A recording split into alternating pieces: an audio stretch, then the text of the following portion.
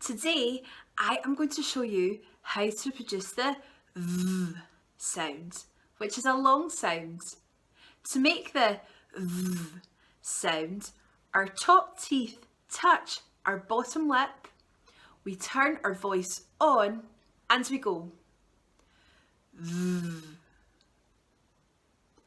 V. You can follow NHS Lanarkshire Speech and Language Therapy Children and Young People Service on our social media, on Twitter at SLT North and at SLT South Lan, and on Facebook search for Speech and Language Therapy NHS Lanarkshire.